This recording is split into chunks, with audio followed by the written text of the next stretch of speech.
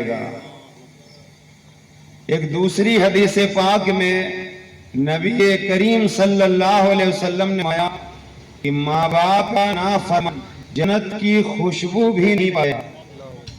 اللہ کے نبی صلی اللہ علیہ وسلم نے فرمایا کہ ماں باپ جس سے ناراض ہیں اس کے لیے جہنم کے دروازے کھول دیے جاتے ہیں۔ آج معاشرے کا اگر آپ جائزہ لیں تو گھر گھر حالات اتنے بدتر ہیں کہ ماں باپ اگر بوڑھے ہو جاتے ہیں تو ماں باپ بلاتے رہتے ہیں، اولاد ماں باپ کی نافرمانی کرتے رہتے ہیں۔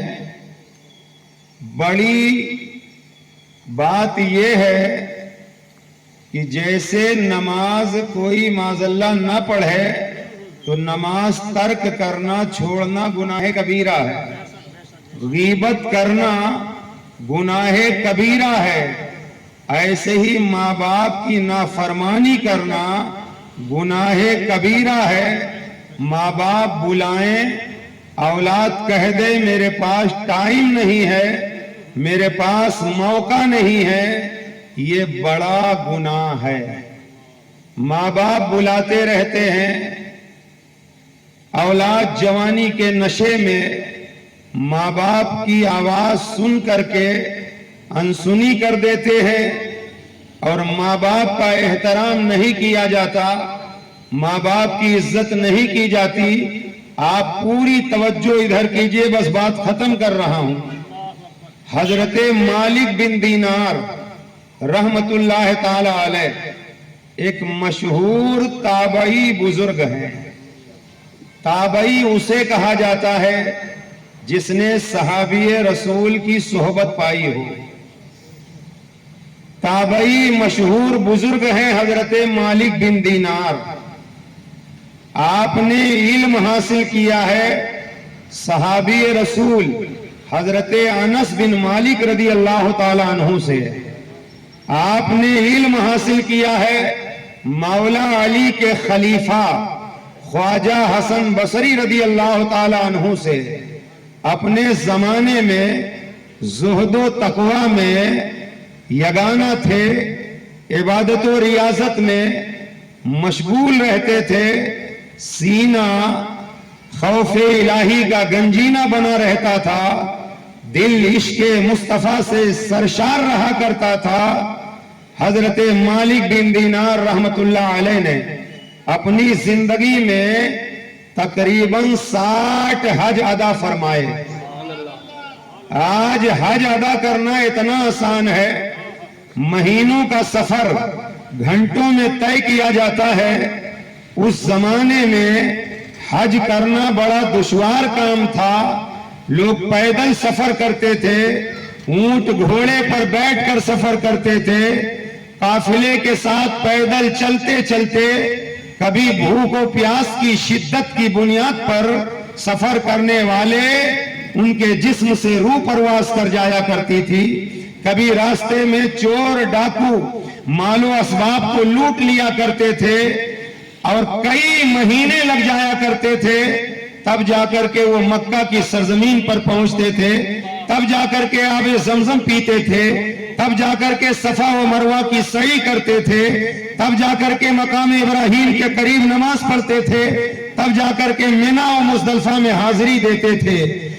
بڑا دشوار سفر ہوا کرتا تھا۔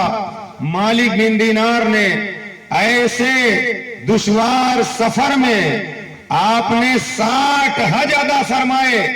وہی مالک بن دینار ہیں۔ آپ ایک مرتبہ سفر حج پر تھے، آپ حرم محترم میں جب پہنچے تو آپ نے دیکھا طواف کرنے والوں کی کثرت ہے، حاجیوں کا ازدحام ہے، رش بہت زیادہ ہے۔ مالک بن دینار نے سجدہ شکر ادا کیا۔ اللہ کا کرم ہے، اللہ کا احسان ہے، حج کرنے والوں کی تعداد میں کثرت ہے۔ آپ طواف کرنے سے فارغ ہوئے تو مالک بن دینار نے عرض کیا، اے میرے مالک، اے بار الہ، اے پروردگار عالم، اتنے زیادہ حج کے لیے لوگ تشریف لائے، صرف میں 2 لوگوں کے بارے میں جاننا چاہتا ہوں، اے میرے مالک ایک شخص ایسا بتا دے جس کا حج مقبول ہو گیا ہو، ایک شخص ایسا بتا دے جس کا حج مردود ہو گیا ہو۔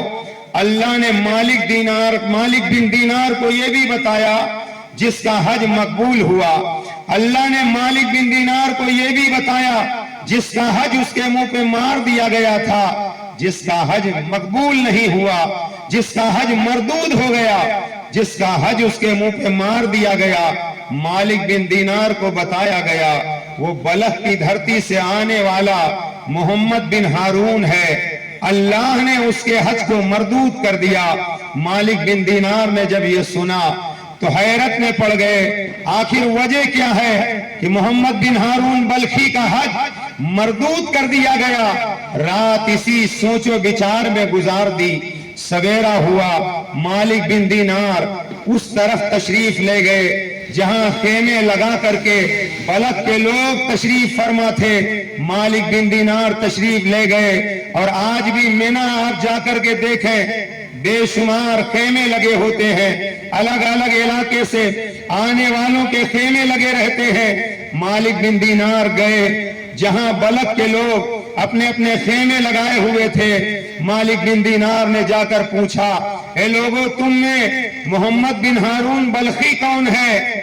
تو لوگوں نے کہا کہ آپ کو ابن ہارون سے کیا لینا دینا ہے؟ مالک بن دینار نے کہا میں ملاقات کرنا چاہتا ہوں، جاننا چاہتا ہوں کہ محمد بن ہارون بلخی کیسا آدمی ہے۔ لوگوں نے کہا مالک بن دینار سے کہ ابن ہارون بڑا عبادت گزار ہے، بڑا نیک سیرت ہے، اس کا حال یہ ہے پورا دن روزہ رکھتا ہے، رات عبادت میں گزار دیتا ہے، پورا دن عبادت کرتا رہتا ہے، حتیٰ کہ وہ لوگوں کے ساتھ اپنا خیمہ نہیں لگاتا ہے تاکہ عبادت میں خلل واقع نہ ہونے پائے۔ مالک بن دینار سے بتانے والوں نے بتایا پورے بلخ میں ابن ہارون بلخی کی عبادت کا چرچا ہے۔ جب یہ سنا تو مالک بن دینار کا حوصلہ بڑھا، ایسے عبادت گزار سے ملاقات کرنا چاہیے۔ مالک بن دینار نے کہا ابن ہارون بلخی ملے گا کہاں؟ بتانے والوں نے بتایا سامنے جو پہاڑی نظر آ رہی ہے اسی پہاڑی کے دامن میں وہ عبادت میں لگا ہوگا۔ مالک بن دینار چلے اور جب پہاڑ کے دامن میں پہنچے تو آپ نے کیا دیکھا؟ ایک شخص ہے، اس کا ایک ہاتھ کٹا ہوا ہے اور دوسرے ہاتھ میں زنجیر ہے اور پیر سے بندھی ہوئی ہے، رب کی بارگاہ میں رو رو کر مناجات کر رہا ہے، اے میرے مالک مجھے معاف کر دے، اے میرے مالک مجھے بخش دے، یا اللہ میری خطاؤں کو معاف فرما دے۔ مالک بن دینار نے جب یہ انداز دیکھا آپ سمجھ گئے کہ یہی ابن ہارون بلخی ہے۔ قریب جا کر کے آپ کو جب اس نے دیکھا رونا دھونا بند کیا، مالک بن دینار نے سلام کیا، ابن ہارون بلخی نے جواب دیا، ابھی سلام کا جواب دیا تھا کہ ابن ہارون بلخی نے مالک بن دینار سے کہا آپ خواب دیکھ کر کے آئے ہو؟ آپ خواب دیکھ کر کے آئے ہو؟ مالک بن دینار نے کہا ہاں۔ آپ سوچنے لگے خواب میں نے دیکھا ہے، اسے کیسے پتا چل گیا؟ مالک بن دینار سے اس نے کہا کہ آپ اس لیے آئے ہو تاکہ اللہ کی طرف سے یہ خوشخبری سنائی جائے، یہ پیغام سنایا جائے کہ میرا حج میرے منہ پہ مار دیا گیا ہے، میرا حج مردود کر دیا گیا ہے۔ مالک بن دینار کہتے ہیں جب میں نے یہ سنا تو میرے دل میں خیال پیدا ہوا، خواب میں نے دیکھا ہے، خواب کا بھی اسے پتا ہے اور خواب کی تعبیر کا بھی اسے علم ہے، مجھے جو پیغام دیا گیا ہے اس کا بھی اسے علم ہے۔ مالک بن دینار نے کہا ہاں اے ہارون ابن بلخی، اے محمد بن ہارون بلخی، یہ بتا تجھے کیسے پتا چلا کہ میں اللہ کی طرف سے پیغام لے کر آیا ہوں، تیرا حج مردود کر دیا گیا؟ ہارون بلخی روتے روتے کہنے لگا یہ 1 سال کا معاملہ نہیں ہے، 40 سال ہو گئے ہیں، ہر سال میں پیدل چل کر کے حج کے لیے آتا ہوں اور جب حج سے فارغ ہوتا ہوں کوئی نہ کوئی اللہ کا ولی آتا ہے اور کہتا ہے رب نے فرمایا ہے پلٹ جا اپنے گھر کی طرف، تیرا حج مردود کر دیا گیا، 40 سال ہو گیا میں متواتر حج کے لیے آتا ہوں، ہر سال یہی کہہ کر کے مجھے کوئی نہ کوئی ولی یہ کہتا ہے، پیغام سناتا ہے اور میں واپس چلا جاتا ہوں۔ مالک بن دینار نے جب یہ سنا تو کہا ایک بات بتا، کوئی تو وجہ ہوگی، 40 سال ہو گیا تیرا حج مردود کر دیا جا رہا ہے۔ اس نے کہا اے آنے والے، میں بڑا پاپی ہوں، میں بڑا گنہگار ہوں، شاید میرا جرم اگر آپ سنیں گے آپ بھی ناراض ہو جائیں گے۔ مالک بن دینار نے کہا تیرا گناہ کیا ہے، تیرا جرم کیا ہے؟ اب توجہ سے سنیے مسلمانوں، مالک بن دینار کہتے ہیں 40 سال سے واپس چلا جاتا ہے، آخر تیرا گناہ کیا ہے؟ تو مالک بن دینار سے ابن ہارون بلخی نے کہا اے مالک بن دینار، اے آنے والے سن لے، جب میں جوان تھا، جوانی کے عالم میں مجھے صحبت، مجھے سنگت غلط لوگوں کی مل گئی، کچھ نشہ کرنے والوں کی مجھے صحبت مل گئی، جوا کھیلنے والوں کی، شراب پینے والوں کی صحبت جب مجھے مل گئی تو بری صحبت کی وجہ سے کبھی کبھی میرے دوست اتنا پلا دیا کرتے تھے کہ میں بے ہوش ہو جایا کرتا تھا۔ مالک بن دینار سے ابن ہارون بلخی کہتا ہے میرے دوستوں نے ایک بار اتنی پلائی کہ مجھے نشہ اس قدر غالب ہوا، بہکتے بہکتے لڑکھڑاتے میں شام کے وقت جب اپنے گھر آیا، میری ماں نے مجھے نشہ میں دھت دیکھا تو میری ماں نے کہا کمبخت تجھے شرم نہیں آتی، رمضان کا چاند طلوع ہو گیا اور رمضان المبارک کی پہلی رات ہے اور تو شراب پی کر آیا ہے، نشہ میں ہے۔ میری ماں نے مجھے ایک تماچا مارا۔ ابن ہارون بلخی کہتا ہے نشہ مجھ پر تھا، جب میری ماں نے مجھے بدبخت کہا مجھے غصہ آیا، جب میری ماں نے مجھے تماچا مارا مجھے غصہ آیا، پھر ہوا یہ کہ غصے میں آ کر کے میں نے اپنی ماں کے ہاتھ کو پکڑا، سامنے آگ جل رہی تھی، جلتے ہوئے تنور میں نے اپنی ماں کو دھکیل دیا، اور جب میں نے اپنی ماں کو دھکیلا میری بیوی نے مجھے دھکا دیا، میں چارپائی پر گر گیا۔ اے آنے والے، اس کے بعد مالک بن دینار سے ابن ہارون اپنی کیفیت بیان کر رہا ہے، اے آنے والے اس کے بعد مجھے پتہ نہ چل سکا کیونکہ میں نشے میں تھا، چارپائی پر گرا، آدھی رات گزر جانے کے بعد جب مجھے ہوش آیا میں نے اپنی بیوی کو آواز دیا، میری بیوی نے غم و غصے کا اظہار کیا، میں نے اپنی بیوی سے کہا اس سے پہلے بھی میں شراب پی کر آیا، تو نے ناراضگی کا اظہار اتنا نہ کیا، آخر وجہ کیا ہے؟ تو روتے ہوئے ابن ہارون کہتا ہے میری بیوی نے جواب دیا ارے نادان، جب تو اپنی ماں کا نہ ہو سکا تو کسی اور کا کیا ہوگا؟ ابن ہارون بلخی کہتا ہے میں نے اپنی بیوی سے کہا ہوا کیا؟ تو بیوی نے کہا یہ دیکھ تو نے اپنی ماں کے ساتھ کیا کیا۔ ابن ہارون کہتا ہے میں نے اپنی ماں کو دیکھا تو میری ماں جل کر اس طرح ہو چکی تھی جیسے آگ میں جل کر روٹی ہو جایا کرتی ہے۔ میں نے اپنی ماں کو جب دیکھا تو اپنی بیوی سے کہا اے میری شریک زندگی آخر ایسا ہوا کیا؟ تو بیوی نے جواب دیا تو نے ماں کو جب جلتی ہوئی آگ میں دھکیل دیا، تیری ماں جل کر کے راکھ ہو گئی۔ ابن ہارون کہتا ہے اب مجھے پچھتاوا ہوا، اب مجھے شرمندگی ہوئی، میں نے اپنی ماں کو مار دیا، میں اپنی ماں کا قاتل ہوں۔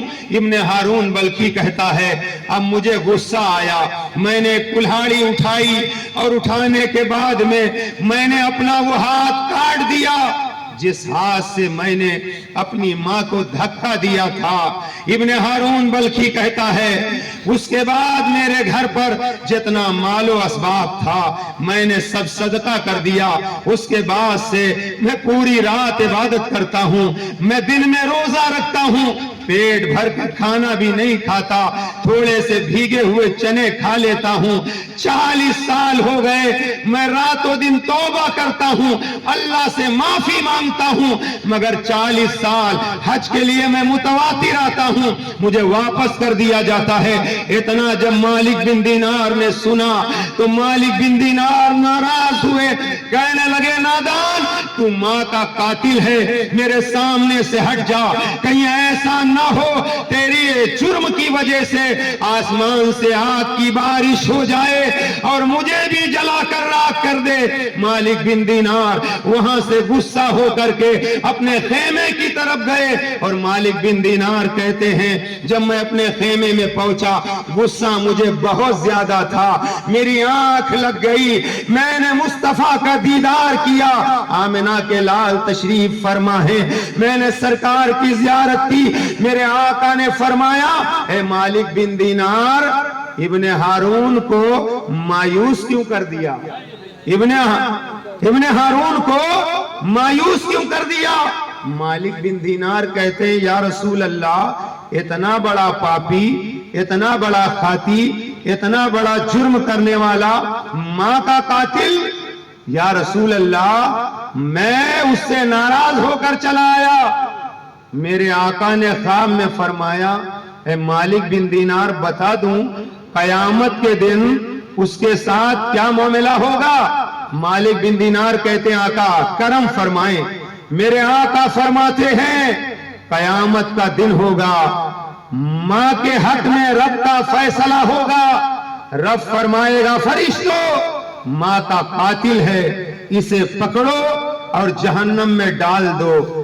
اللہ کے حبیب فرماتے ہیں فرشتے پکڑ کر کے ماں کے قاتل کو جہنم میں ڈال دیں گے.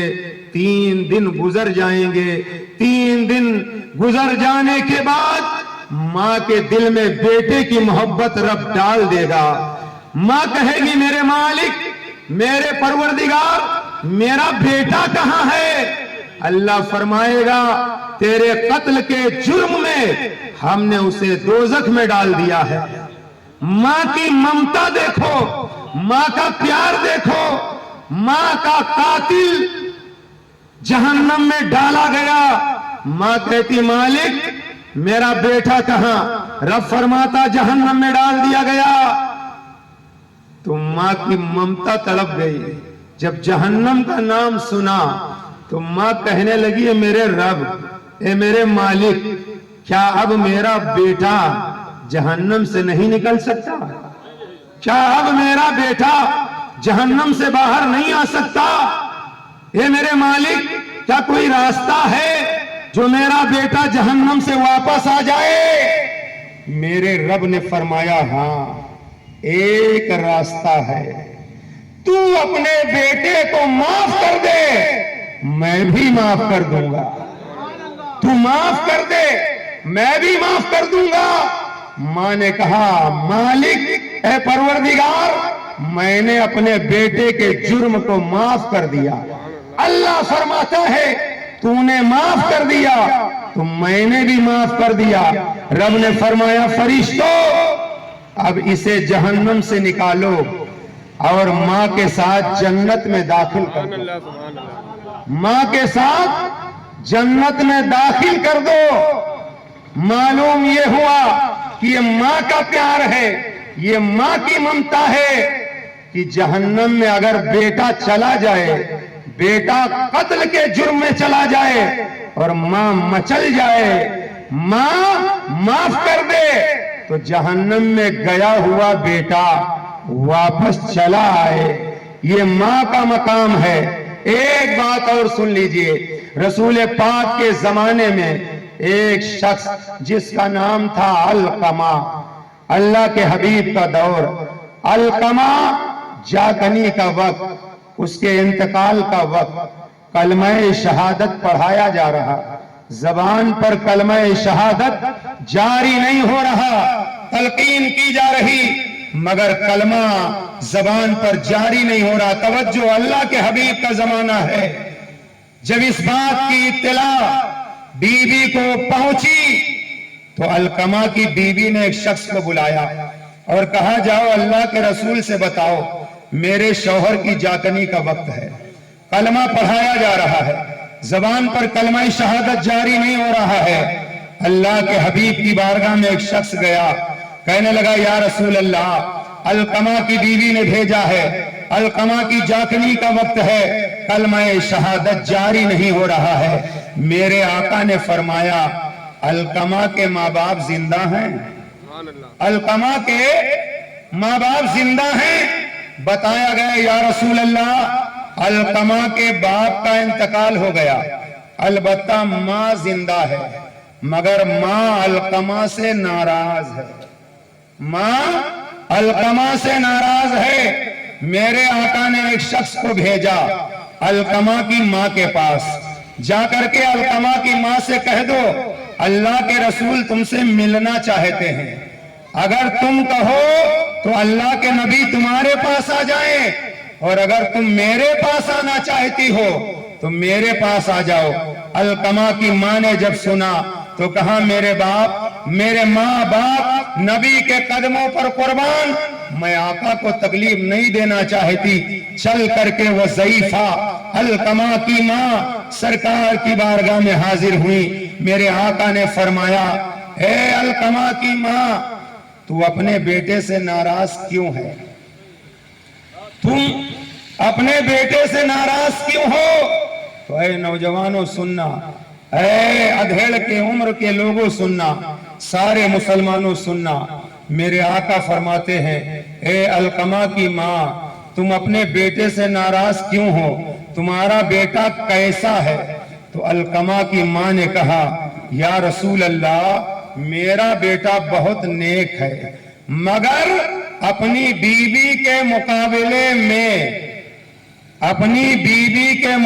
میں مجھے توجہ نہیں دیتا اور میری نافرمانی کرتا رہتا ہے، بیوی کی وجہ سے میری نافرمانی کرتا رہتا ہے، اس لیے میں اپنے بیٹے علقمہ سے ناراض ہوں۔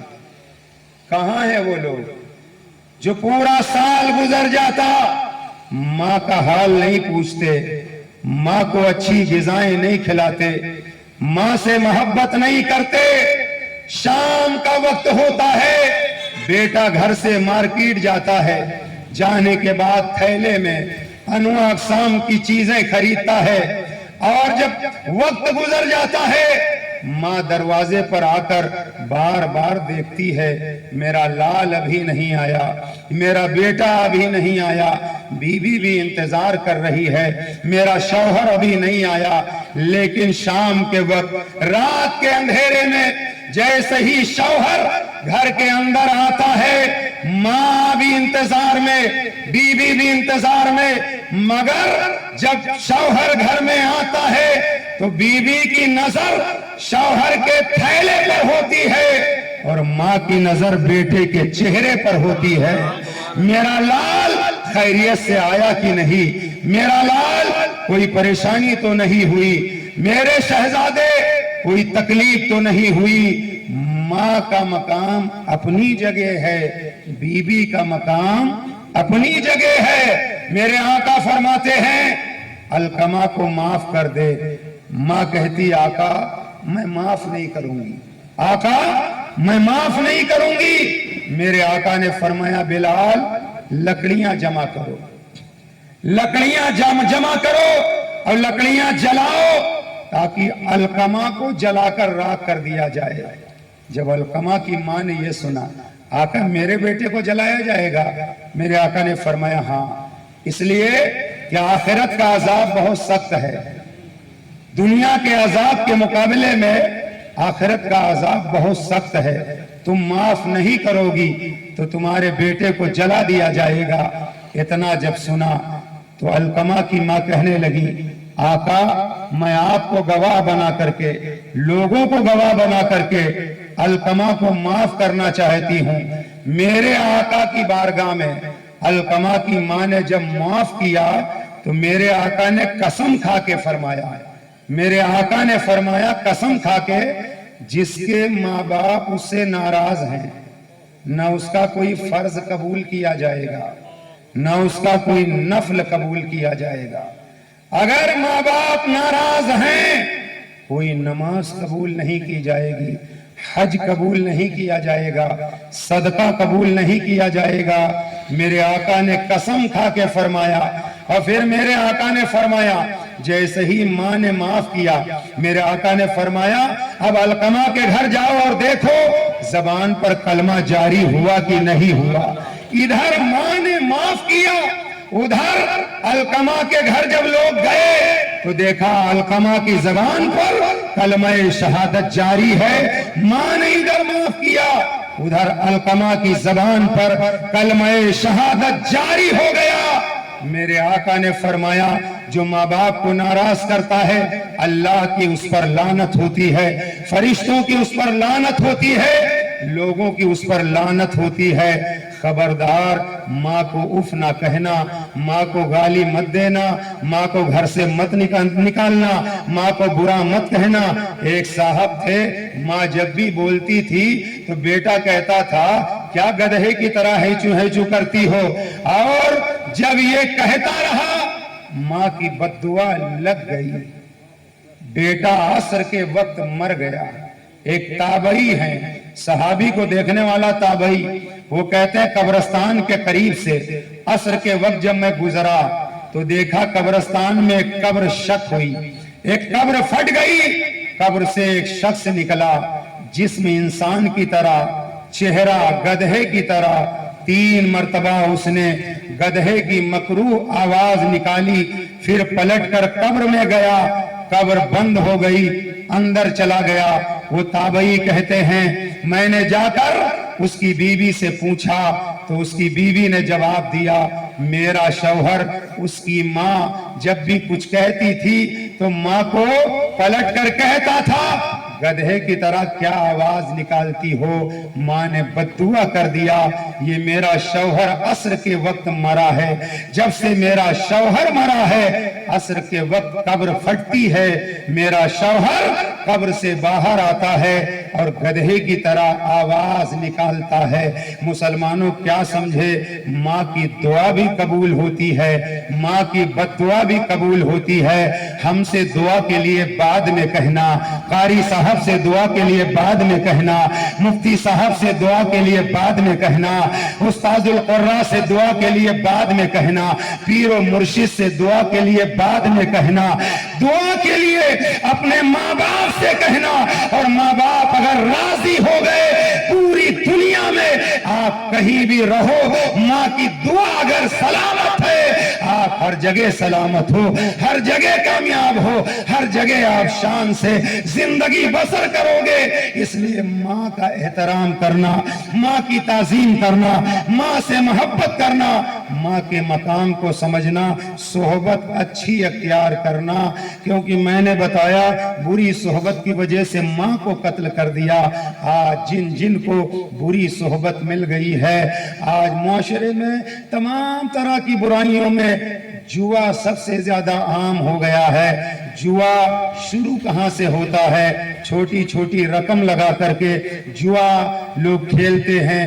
ایک وقت آتا ہے بڑی رقم لگائی جاتی ہے, ایک وقت آتا ہے مکان ہار جاتے, دکان ہار جاتے, اتنا قرض میں ڈوب جاتے, خودکشی کرنے کی نوبت آتی.